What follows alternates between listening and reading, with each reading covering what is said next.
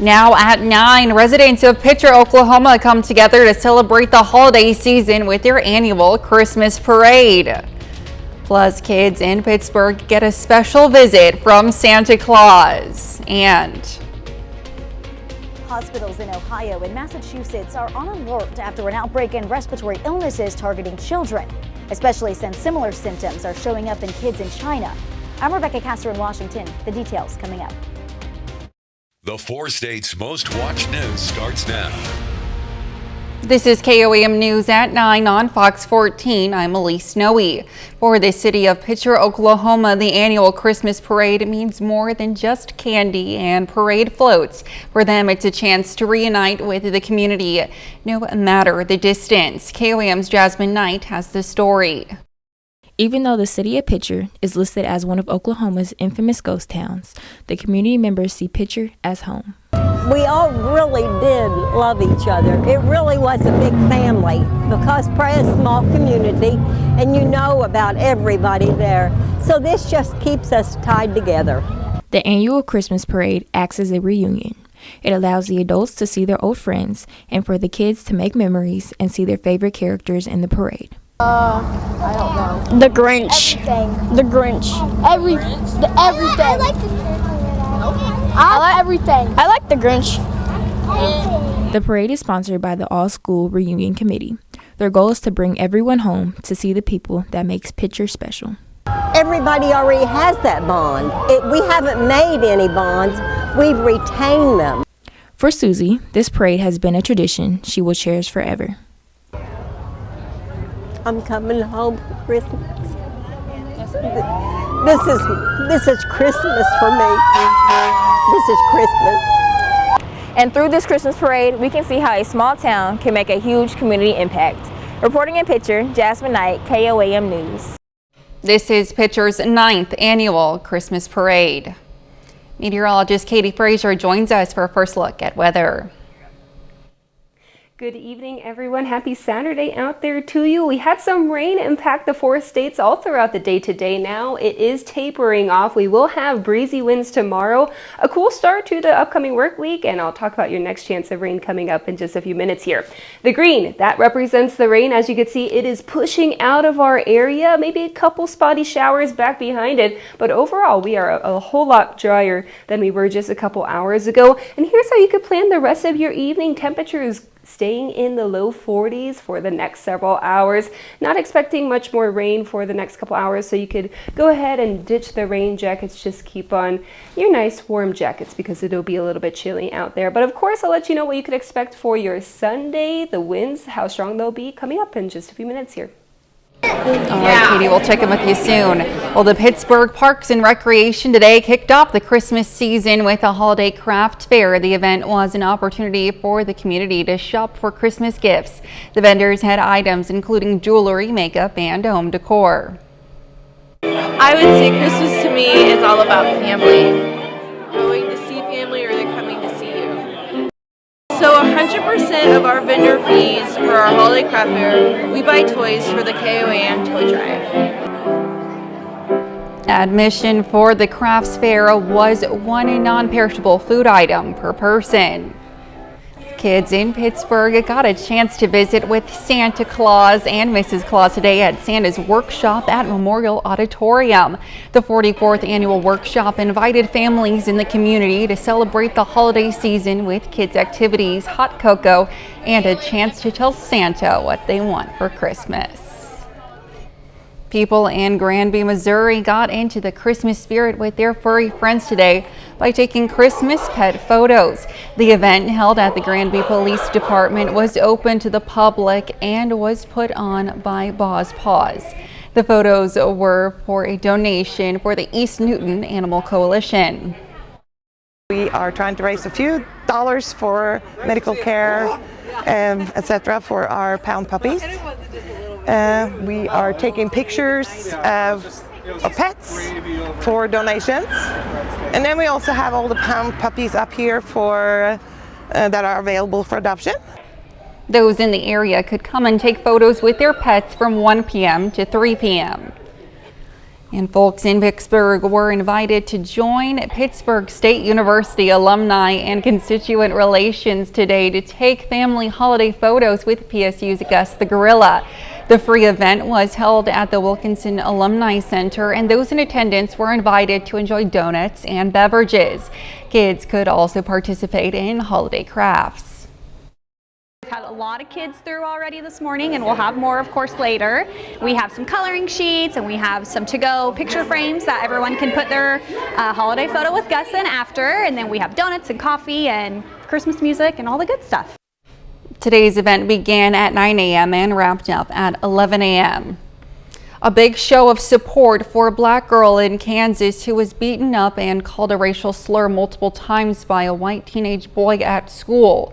The boy faces felony charges. As Mark Pelos reports, her parents are not happy with the school's response to the attack.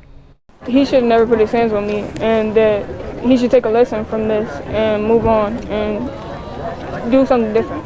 Brown was surrounded by supporters at the school district's headquarters, trying to champion her cause. The Shawnee Mission schools and everyone around the world needs to stop pushing racism under the rug. Brianna and her family say the support has helped them immensely. Justice for Bree! Justice for Bree! It feels amazing. I think it's the best thing that I think could ever happen in this situation. It's a breath of fresh air, seeing the support versus what we've been dealing with lately. So it definitely, probably helped me sleep a lot better tonight. Brianna's parents, Sean and Lanika, are criticizing Shawnee Mission East for their handling of the entire situation. They say after the fight, no one in the school would take their daughter to the hospital. We personally had to take her to the emergency room.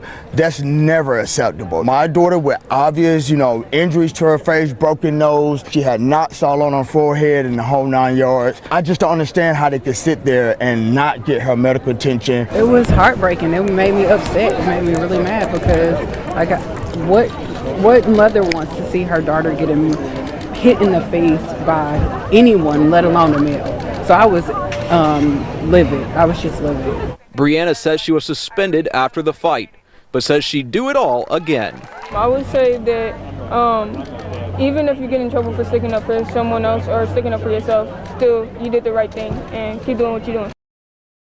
Later, health officials say one common illness is on the rise, while another is leveling off. U.S. health officials are monitoring a mysterious respiratory illness infecting children all throughout China. States like Massachusetts and Ohio are reporting high numbers of similar illnesses in kids, but at this time, health experts say the cases are not linked to China. Fox News correspondent Rebecca Castor has more from Washington.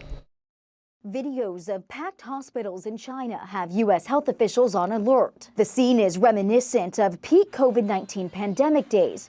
But the World Health Organization, trying to squash fears, says China has not reported any new or unusual pathogens. I think it's the fact that China had these big lockdowns last year, and now that they're opening up, more bacteria and more viruses are circulating. We know, of course, winter is when respiratory illnesses rise, but in the U.S., some states are also seeing a rise in sick kids. In Southwest Ohio, hospitals have reported at least 142 cases of a pneumonia called white lung syndrome since August. And in Massachusetts, doctors are warning of a rise in walking pneumonia. With concerns for pneumonia, we're worried about breathing faster than normal, productive cough, where you're producing mucus with that cough, trouble breathing. In a statement, Ohio health officials say there is, quote, zero evidence of this outbreak being connected to other outbreaks, either statewide, nationally, or internationally. And most cases can be treated with antibiotics. Meanwhile, the CDC warns COVID-19 is still their biggest concern. Even though those are both going up and we're at the peak of RSV, COVID is still the respiratory virus that is putting the most number of folks in the hospital and taking their lives. And this month, schools across the country can order free COVID-19 tests, courtesy of the Biden administration, to ensure schools can stay open this winter. In Washington, Rebecca Castor, Fox News. U.S. health officials say one common illness is on the rise while another is leveling off. The CDC says flu cases are increasing. 7 states reported high levels of flu-like illnesses in early November, and a new CDC report from Friday shows that number has increased to 11. But the number of RSV cases may be leveling off. RSV infections rose sharply recently in some parts of the country, but one CDC official says that the illness should be at its peak in about a week. Katie is next with a complete look at the forecast. And later, volunteers help clean up the Arkansas River.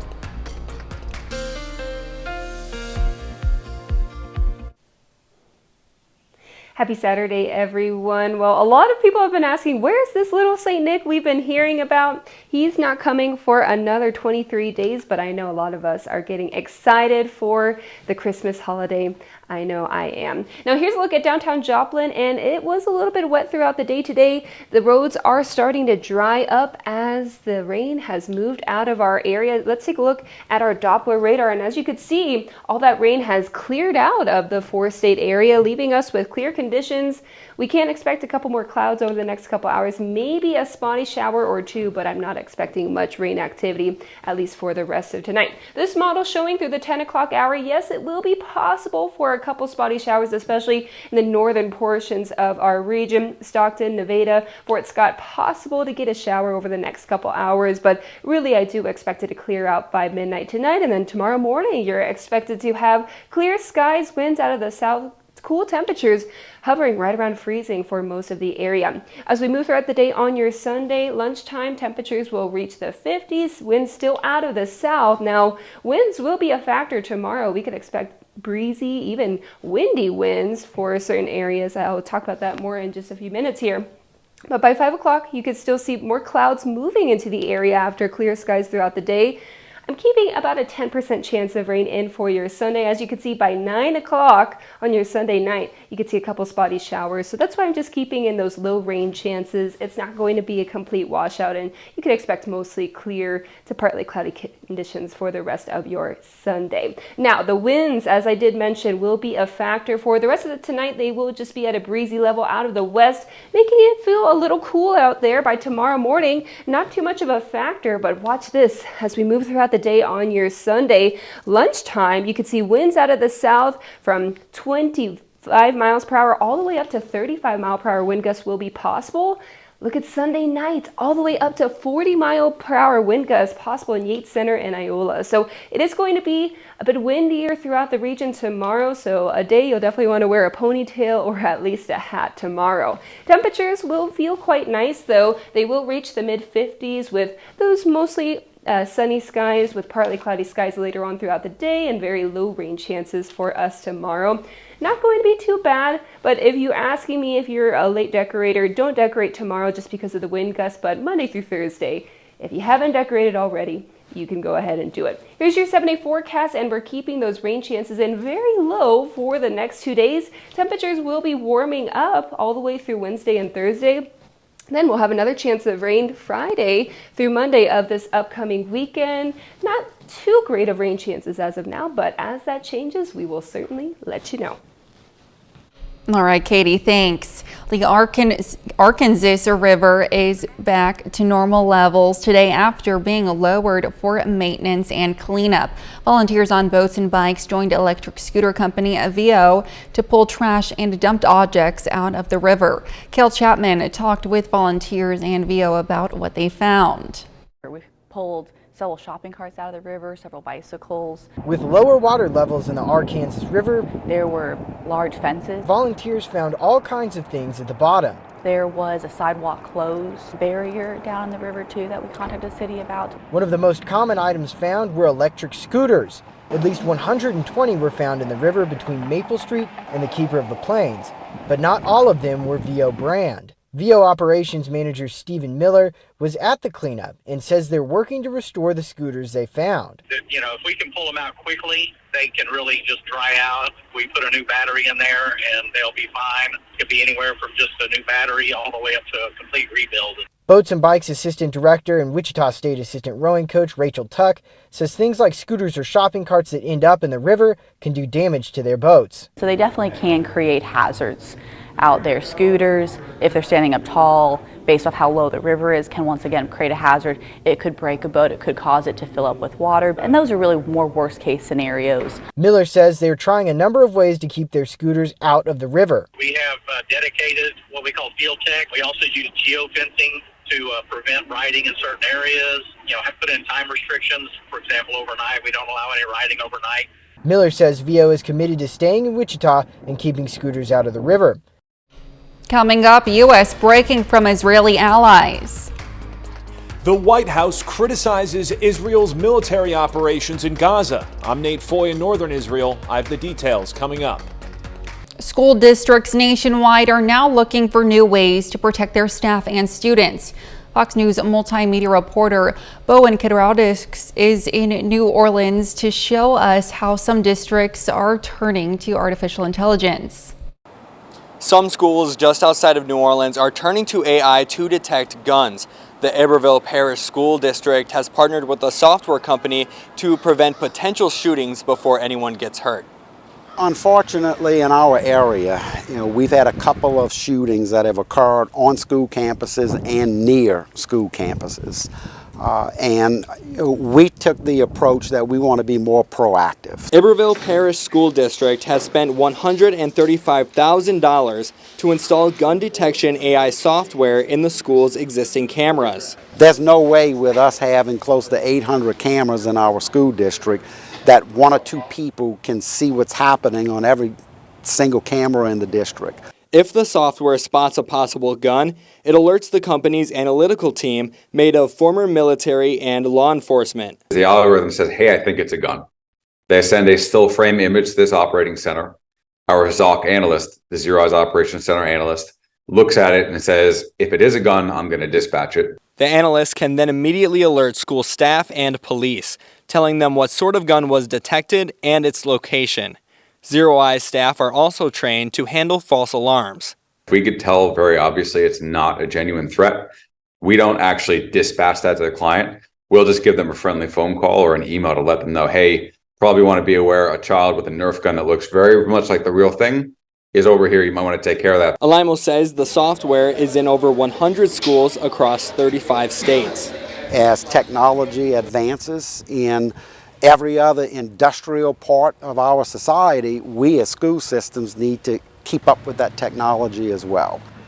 Lewis says the software will be up and running in the school district in January. In New Orleans, Bowen Kidrovich, Fox News. Safer after the development of new artificial intelligence technology. University of California, Santa Cruz researchers are working on AI tools that could detect and monitor risks along the beach shoreline. The tool's purpose is to notify lifeguards of real-time rip tides or rip currents. Safety experts say 80% of ocean lifeguard interventions are because of rip tides, which can prove to be deadly. Up next, it's National Mutt Day. Make sure to celebrate your furry friends on their special day. Today, Saturday, is National Mutt Day. It's a day to appreciate and celebrate mixed breed dogs. Animal rescue organizations are asking that if you want a new furry friend as a holiday gift, that you adopt one from a local shelter. You can observe the day on social media with the hashtag National Mutt Day. 30 more minutes of news, weather, and sports coming your way. Vice President Kamala Harris gives her remarks on the Israel-Hamas conflict coming up. There's a new push in Congress to get access to information about UFOs. A bipartisan group of lawmakers say they want more transparency from the intelligence community. Here's Fox News correspondent Griff Jenkins. Whether it's little green men, American technology, or worse, technology from the CCP, we need to know. The truth is out there, and we might be closer to learning what our government knows about unidentified aerial phenomena, thanks to a group of bipartisan lawmakers. NASA has reports on it. The CIA now has reports on it, but yet the Pentagon keeps telling us they don't exist. The intelligence community does not want to share any of this information with Congress. we're asking why. Whistleblower sources tell the Daily Mail a secretive CIA office has been collecting and retrieving crashed UFO evidence for decades, reportedly including 9 non-human crafts. Earlier this summer, retired Navy Commander David Fravor testified about what he saw in 2004. A small saw-white tic-tac object with a longitudinal axis pointing north-south and moving very abruptly over the water like a ping-pong ball. Lawmakers who have viewed classified images aren't willing to say they've seen proof of extraterrestrials, but also can't explain what it was. I am hesitant to make that leap. It is of nothing that I'm aware of having existing in our arsenal of assets.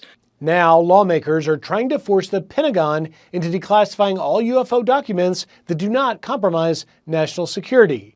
We reached out to the CIA about these new claims, and we're waiting to hear back. In Washington, Griff Jenkins, Fox News. At least 9 people were killed, including 3 children, when a house was hit by a strike in the central Gaza Strip. Today, mourners prayed over the victims' bodies outside Gaza's Al-Aqsa hospital. Israel has also been pounding targets in the southern Gaza Strip, stepping up its renewed offensive following a week-long truce with Hamas. Its latest military action is causing renewed concerns about civilian casualties. The White House appearing to break from its Israeli allies a bit today, urging restraint from Israeli forces as fighting resumes in Gaza. Fox News correspondent Nate Foy has the latest. Israeli airstrikes pounding Gaza once again after talks to extend a ceasefire fell apart. The new attacks come after a week-long pause in the conflict, during which Israel secured the release of more than 100 hostages. Speaking at this weekend's UN Climate Summit in Dubai, Vice President Kamala Harris urged Israel to do more to protect innocent civilians in Gaza. Frankly, the scale of civilian suffering and the images and videos coming from Gaza are devastating. On Saturday, Israel dropped leaflets in Gaza, warning residents to move to evacuation zones. But many did not. The Hamas-run Gaza Health Ministry claims nearly 200 Palestinians have been killed since fighting resumed on Friday morning. The White House blames Hamas for the violence. It came to an end because of Hamas. It committed an atrocious terrorist attack in Jerusalem, killing 3 people, wounding others, including Americans.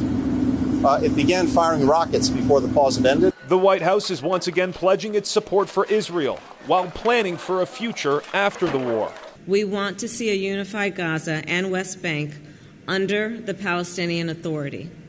And Palestinian voices and aspirations must be at the center of this work. Israel promises to push deeper and deeper into Gaza until Hamas is eliminated.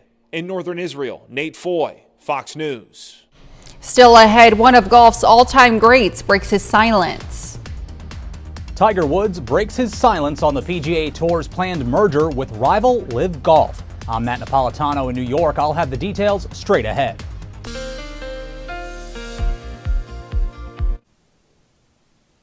Good evening, everyone. I hope you had a wonderful day today, although it was a bit rainy across the 4 states. All that rain is now pushing out of our area. As you can see, it's making its way on out to the east. And if you see a rain shower over the next couple hours, you will be very lucky. All that moisture is really pushing on out of here, and we have low chances over the next several hours, even into your day tomorrow. But it's not impossible for some of us to see a little sprinkle tonight and maybe even tomorrow. But I'll tell you one thing, it's definitely not going to be a washout. This is later on tonight, 10 o'clock, and you could see a couple spotty showers up in the northern portions of our region, Fort Scott, Nevada, even Pittsburgh having a chance of seeing a spotty shower or 2. Once again, I don't think it's too likely. We'll clear out overnight tonight and have a beautiful morning tomorrow with mostly clear skies, winds out of the south, temperatures right around freezing for the 4 states. As we move throughout your day on Sunday, this is lunchtime. You could see still mostly clear for the most part with winds out of the south. Winds are also going to be a factor tomorrow. I will tell you how strong they'll be in just a few moments here. But throughout the day on your Sunday, you could expect mostly dry conditions, although a stray shower or 2 could impact some of us later on your Sunday night. such as areas like Nevada, Lamar, even down into areas south of Miami. Once again, not too likely you'll see any rain tomorrow, but there will be a very low chance, mostly sunny skies to partly cloudy for us across the region tomorrow. As far as winds go, that is going to be the biggest impact for you tomorrow. For the rest of tonight, they will be breezy, but then as we move throughout your morning tomorrow, it should back off and then pick up right once again for your lunchtime. Look at this, winds out of the south really blowing at 20-35 miles per hour across the entire region. So definitely a day where you're going to have to take your allergy medicine. A lot of dust will be blowing around and it definitely can impact you tomorrow. By tomorrow night, even stronger winds out to the northwest. You can see Yates Center, Iola, Chanute, Parsons getting up to 40 miles per hour. Those wind gusts will be possible, a bit on the stronger side. So make sure if you have any Christmas decor outside, you might just want to bring it in tomorrow, but you don't want to see your Santa blowing all over the yard. Now, as far as after Monday, the winds should back off once again, leaving us much calmer conditions for you on your Tuesday. As for your wind forecast, yeah, I know you might not have trash on your weekend, but if your bins are outside, if you have any decor outside, it definitely could get knocked over for us tomorrow. Tomorrow looks like this with temperatures warming up to the mid-50s with mostly sunny skies throughout the day. Clouds will move back in tomorrow evening with those very low chances of rain, and we're keeping them in through Monday. Temperatures warming up through Wednesday, and then we'll have an even warmer end of this upcoming week. Rain chances return Friday, Saturday, Sunday, and Monday with cooler temperatures on Sunday as well. But you know what? Go ahead and enjoy this week first because temperatures will be in the 50s.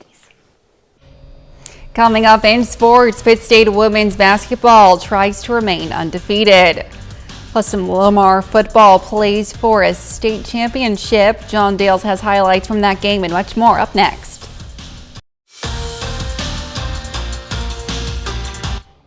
Lamar football made it to the state championship 2 years ago and lost that game. Last season, same story. Tonight in Columbia, the Tigers find themselves playing for a state title once again.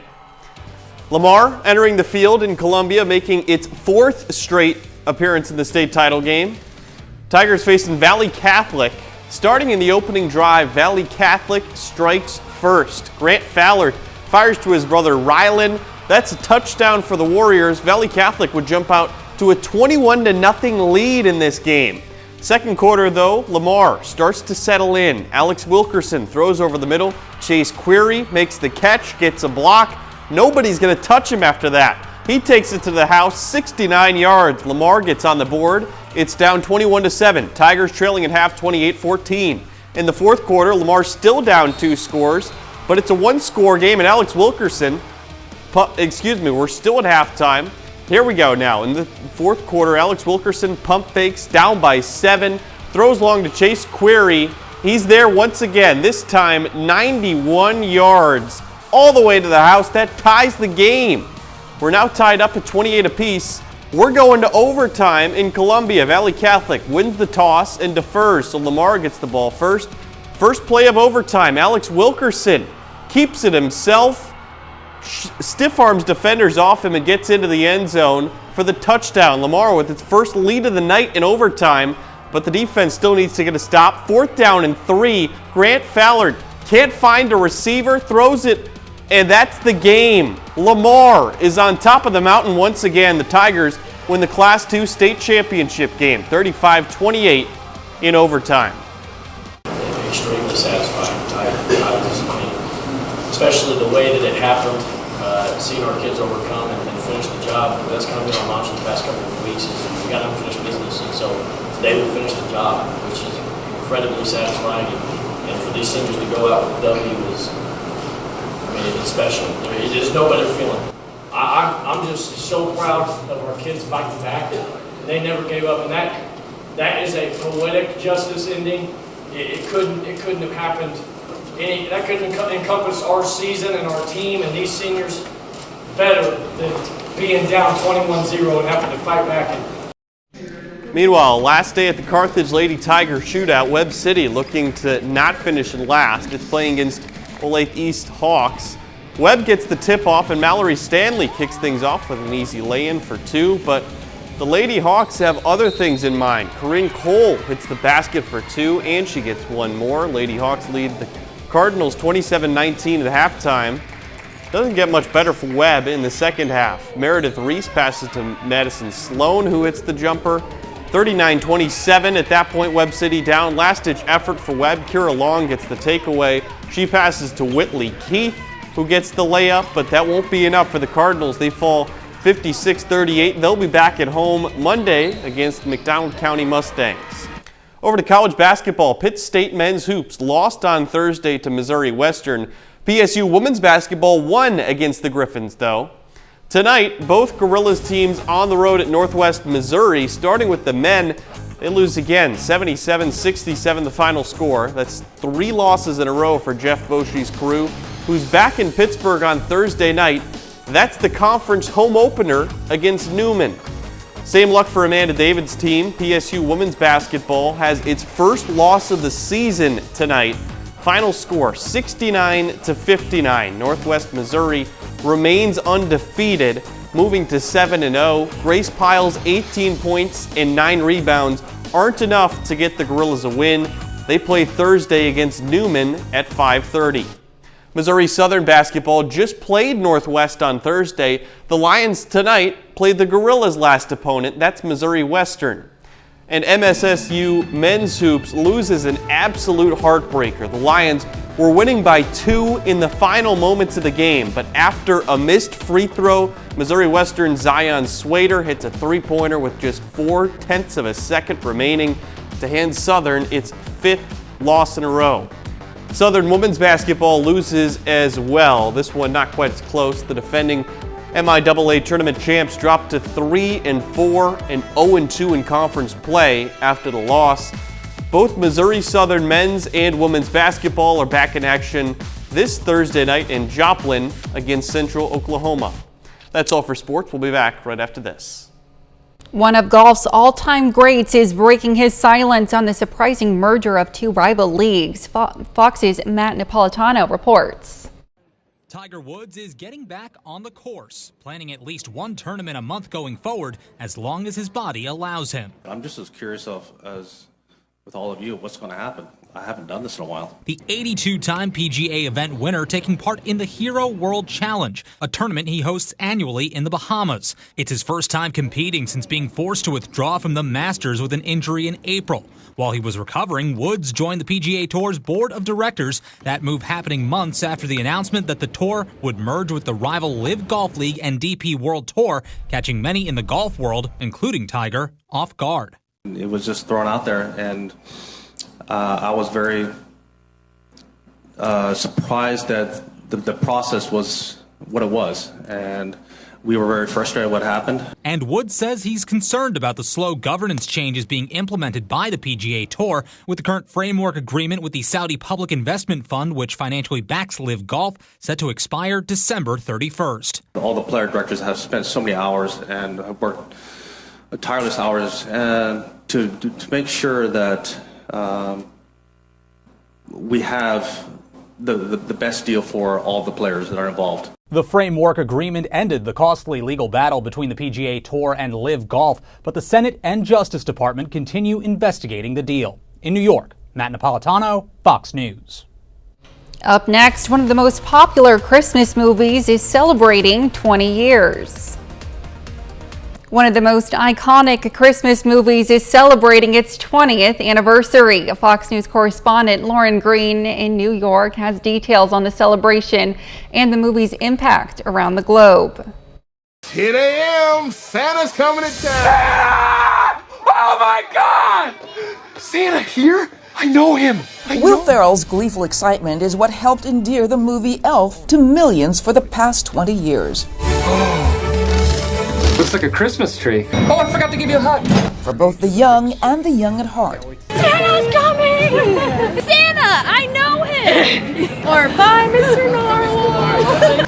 Bye, buddy. Hope you find your dad. Thanks, Mr. Narwhal. The story is about Buddy, a human raised by elves, who comes to New York to find his real father. Dad! You look like you came from the North Pole. That's exactly where I came from. Big Apple becomes the backdrop for Buddy's childlike innocence.